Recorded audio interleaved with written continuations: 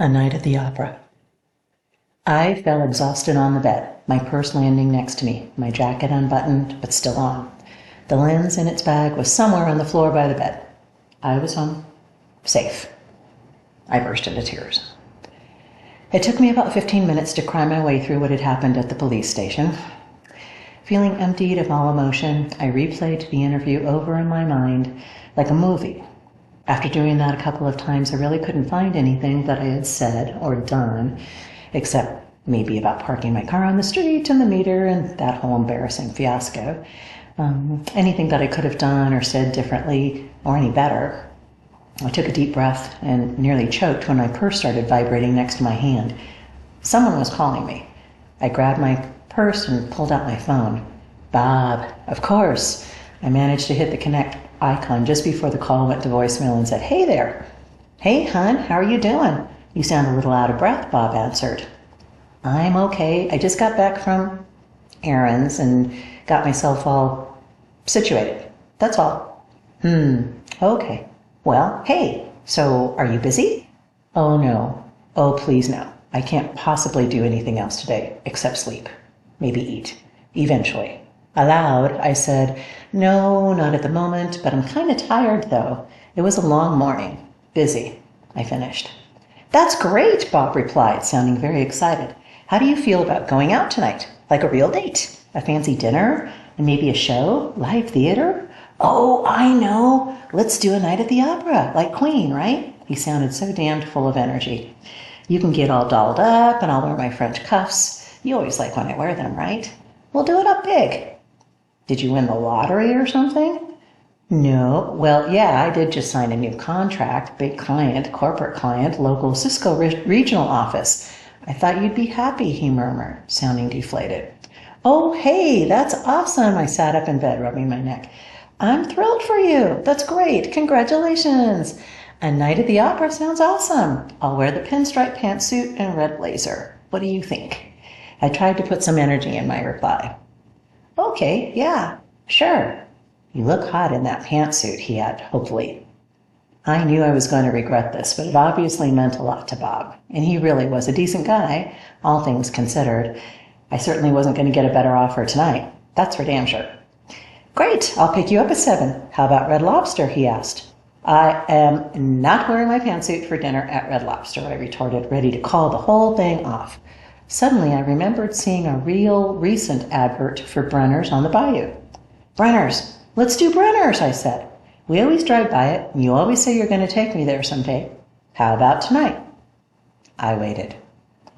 There was a significant pause. I thought for sure he was going to try to make some other lame-ass suggestion for a national, and thus predictable, chain restaurant option. But eventually Bob cleared his throat. "Sure, that sounds great. You're right. We've said we'd always go there, so let's just do it." "Perfect. Let me get off the phone. I have a couple other things I need to get done before I can think about getting ready and all that, girl stuff." Girl stuff to Bob meant things like lotions and potions and shaving links and all that kind of stuff. I glanced at the clock on the nightstand. 12:30 p.m. I was perfectly happy to let him think I would spend the next 5.5 hours getting ready for a date with him. "Ooh, I can't wait. See you then," Bob said. I could hear the grin in his voice. "See you," I said, and closed the call, falling backwards onto the bed. Much better. If I could sleep for a couple hours now, I'd have time to get a snack and do all the foo-foo things and make Bob wait 5 minutes for my appearance when he got here to pick me up. I started considering what all I would wear and was asleep in about 60 seconds. Bob was always very prompt.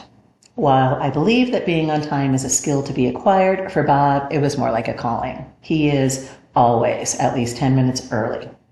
For everything. Every time. After so many years of our on-again, off-again romance, I had finally trained him to wait to knock on the door until no earlier than 1 minute before whenever he was supposed to show up. I had had an extra key made for him long ago, but he still always knocks before he comes in, which is nice. I heard the tap, tap, tap and glanced at the clock. 6:58 p.m. Close enough. I was almost ready and waited until I heard the front door open and then close before I hollered out of the bathroom, "Be right there!" That was my 5-minute warning for him. Originally, he thought that "be right there" meant instantaneously, and it had taken me a while to disabuse him of that notion. I tipped my shoulders up and down, wiggling my hips to straighten everything out. The problem with wearing pinstripes is like wearing hosiery with a seam. So painfully obvious when something isn't straight. I leaned forward into the mirror and blew myself a kiss. I'm usually pretty sedate in my attire and appearance, so wearing the pinstripe pantsuit was completely out of character for me. It was like putting on a costume. I got to pretend to be somebody else. Someone attractive, maybe, or at least pleasant to look at.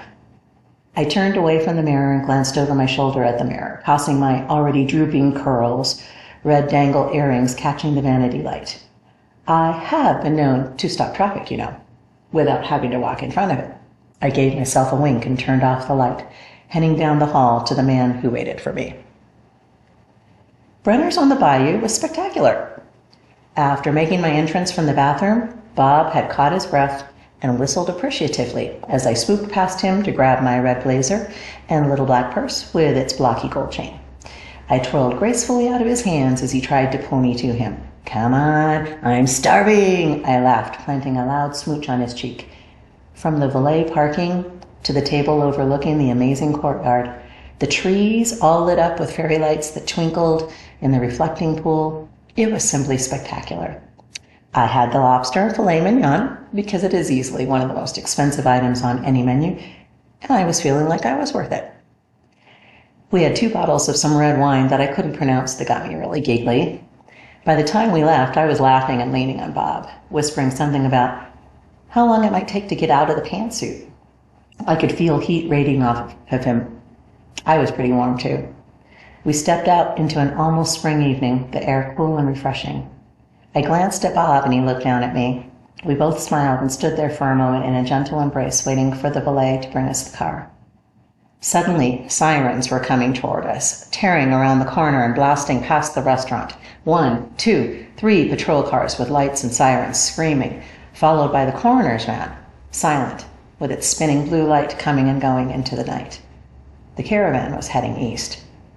I looked up at Bob and felt him shift beside me. "They're heading to the quarry," he answered my silent question.